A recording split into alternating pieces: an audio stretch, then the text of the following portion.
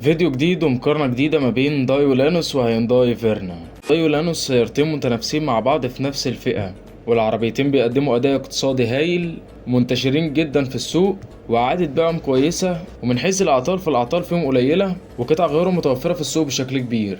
خلينا نتكلم عن الكماليات في العربيتين فيهم مكيف هواء ممتاز وأربعة ازاز كهرباء وباور ستيرنج وسنتر لوك ومصابيح ضباب أمامية وإضافات تانية عادية. متوسط السعر لدايو لانوس من 120 إلى 150 ألف وتختلف حسب الموديل، ومتوسط السعر لهيونداي فيرنا من 190 إلى 240 ألف وتختلف حسب الموديل، مع العلم إن الأسعار قابلة للزيادة في الوقت الحالي.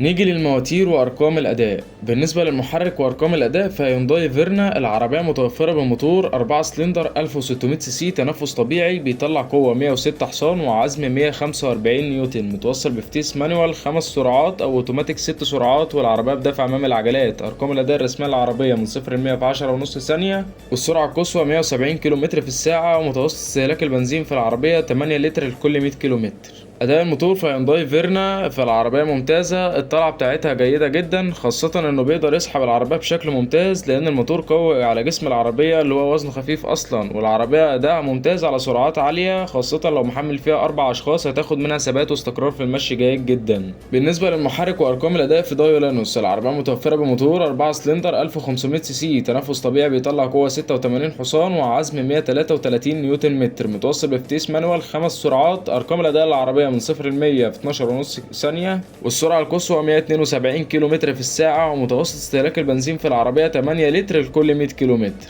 بالنسبة لأداء الموتور فهو موتور هادي مش بتاع شقلبة وتنطيط، العربية اقتصادية وموفرة في البنزين بتاعت استخدام يومي تروح بيها مشاوير وشغلك والحاجات دي، وقطع غيار العربية متوفرة في كل حتة وبسعر رخيص مش عالي، وتقدر تعمل صيانتها في أي مكان. ننتقل بقى لنظام التعليق. العفشة في العربيتين مريحة وناعمة، والعربيتين بيمتصوا النار والمطبات بشكل حلو. الثبات في العربيتين ممتاز على السرعات المتوسطة، وبداية على السرعات العالية العربية بتبدأ تفقد تماسكها، اما فوق ال 120 فانت بتنتحر. ولكن الثبات في دايو لانوس نقدر نقول انه افضل من هيونداي فيرنا بدرجة، لان ممكن تمشي بالعربية 120 وبتكون مستقرة في الثبات شوية عن الفيرنا.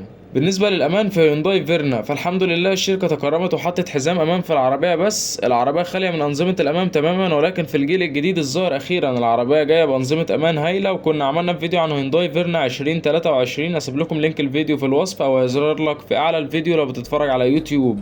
بالنسبة للأمان في دايو لانوس العربية فيها ايرباج وفرامل قوية واي بي اس. الخلاصة بالنسبة لهيونداي فيرنا عربية شكلها حلو، ولكن الخامات في العربية مش حلوة خالص. العربية الفرامل بتاعتها على السرعات العالية ما بتديش أداء، العربية ثباتها على السرعات العالية مرضي بشكل كبير، العربية ما فيهاش وسائل أمان، وأداء الموتور قوي ممتاز على مختلف السرعات، قطع الغيار متوفرة بشكل كبير وأسعارها معقولة، إعادة بيعها ممتازة، مش هتتعب علشان تبيع العربية دي. بالنسبة لدايو لانوس العربية شكلها الخارجي حلو، المكسورة بتاعت العربية جميلة وكلاسيك وخاماتها مرضية مقارنة بهيونداي فيرنا. العربية فراملها أفضل وأقوى من هيونداي فيرنا، خاصة إن فيها اي بي اس. ثبات العربية أفضل من فيرنا على السرعات العالية، العربية فيها ايرباج واي بي اس، وأداء الموتور هادي وناعم واقتصادي، وقطع الغيار العربية متوفرة ورخيصة. العربية منتشرة في السوق بشكل كبير وإعادة بيعها هتكون سهلة جدا. ودي كانت مقارنة سريعة ما بين فيرنا ولانوس، أتمنى يكون الفيديو عجبكم وقدرتم تستفيدوا منه. ما تنسوش لايك وشير للفيديو، وتسيبونا تعليقاتكم عن ايه الموضوعات اللي محتاجين نتكلم عنها الفترة الجاية، وكمان تتابعونا على فيسبوك، أسيب لكم لينك البيج في الوصف، وياريت كمان تشتركوا في القناة، أسيب لكم لينك القناة في الوصف برضو.